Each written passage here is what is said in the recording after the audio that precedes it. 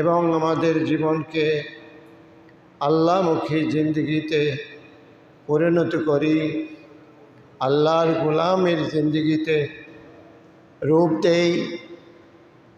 এজন্য আমাদের প্রয়োজন হচ্ছে প্রচণ্ড ইচ্ছা শক্তি।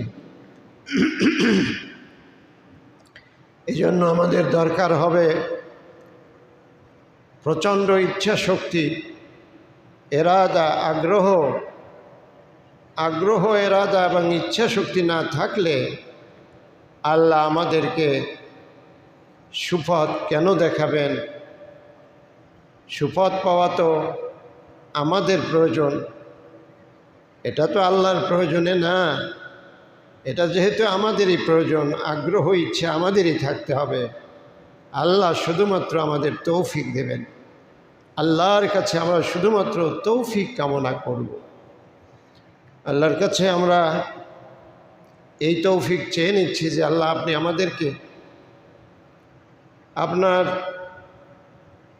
শুকরিয়ার জিন্দেগি, আপনার ইবাদতের জিন্দেগি, আপনার বন্দিগের জীবন মেহেরবানি করে এনায়েত করেন। আমি